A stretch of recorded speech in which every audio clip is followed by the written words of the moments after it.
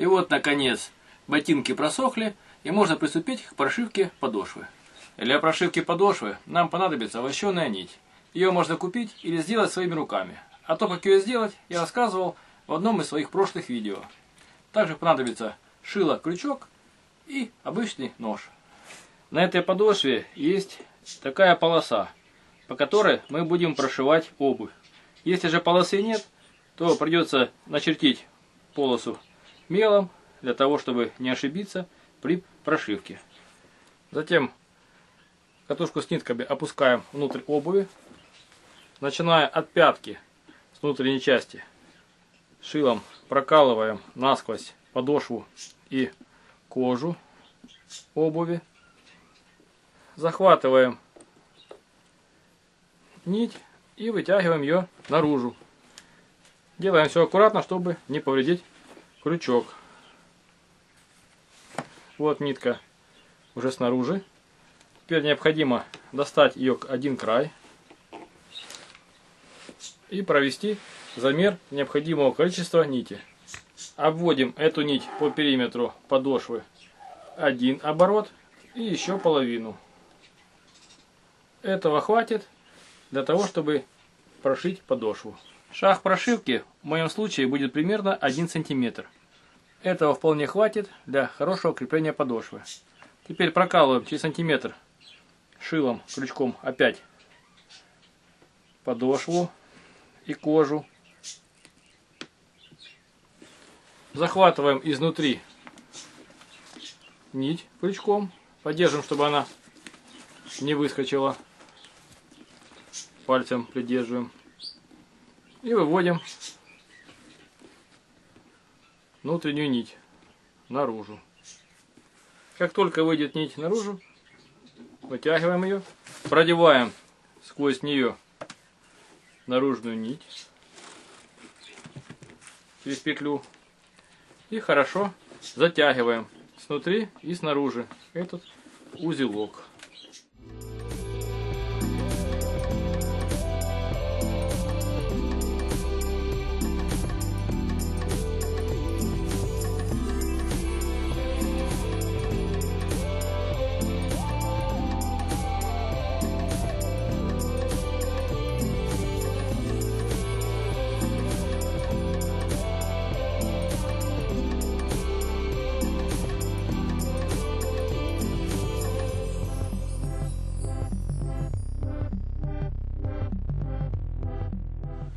Для того, чтобы не поломать крючок при прокалывании кожи и подошвы, необходимо вставлять его не перпендикулярно, а немножечко под углом, чтобы он плавно заходил в кожу и не поломался.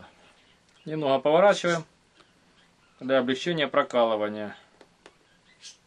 При прошивке носка подошвы нам понадобится сверло, потому что ботинки у нас тактические, впереди зашита металлическая пластина, и ее обычным шилом не проколешь.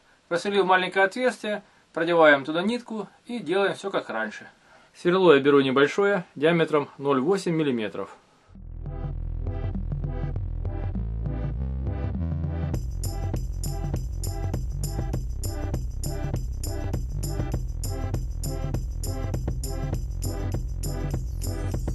И вот, прошивка подошвы подошла к концу, теперь осталось только правильно завершить шов, чтобы он не распускался.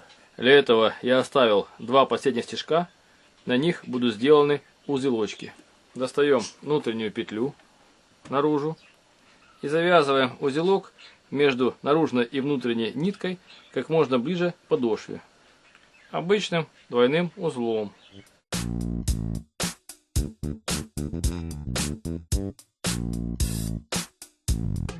И затягиваем эту петлю обратно вовнутрь.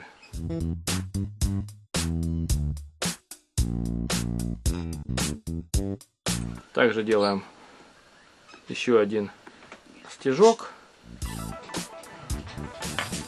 И также делаем один узелочек на нитке, которая в петле не тянется. Можно ближе к подошве.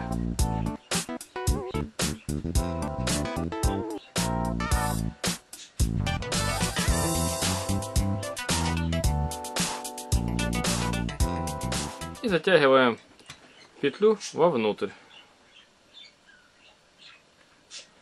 Теперь осталось только аккуратно отрезать эту ниточку.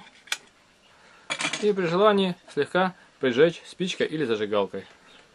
И отрезаем внутреннюю нитку тоже под самый узелок. Осталось только вытереть растворителем лишний клей, который выступил по периметру подошвы. Поставить на место стельку внутреннюю и зашнуровать шнурки.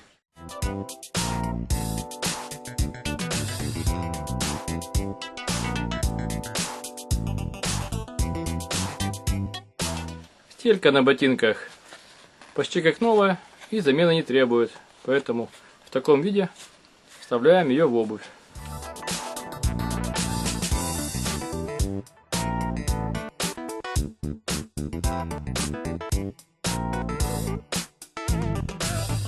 Для лучшей гидроизоляции шва подошвы я его обработаю обувным кремом с использованием старой обувной щетки.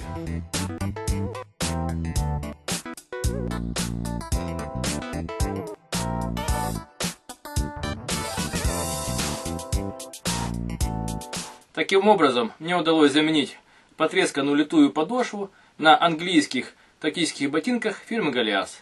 Единственная проблема в замене подошвы стала стальная вставка, которая стоит на носке этих ботинок. Я сломал два сверла, пока насверлил отверстие для продевания нитки. Вы были на канале Деломастера Боится. Смотри видео о том, как своими руками заменить литую подошву на ботинках. Пишите свои замечания и комментарии, ставьте лайки, подписывайтесь на наш канал. Будьте с нами. Всем пока.